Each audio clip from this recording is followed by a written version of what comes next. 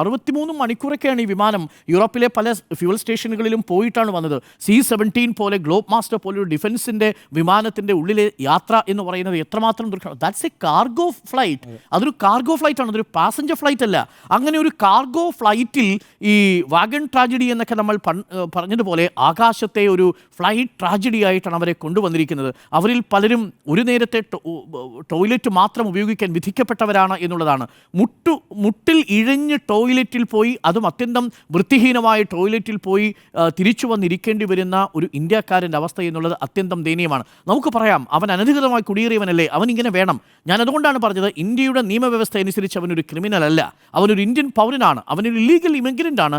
നമ്മൾ അനധികൃത കുടിയേറ്റത്തെ പ്രോത്സാഹിപ്പിക്കാത്ത രാജ്യമാണ്. പക്ഷേ അവനെ തിരിച്ചയക്കുമ്പോൾ നമ്മളവനെ സ്വീകരിക്കും. പക്ഷേ അത് മാന്യമായി വേണം എന്നുള്ളതാണ്.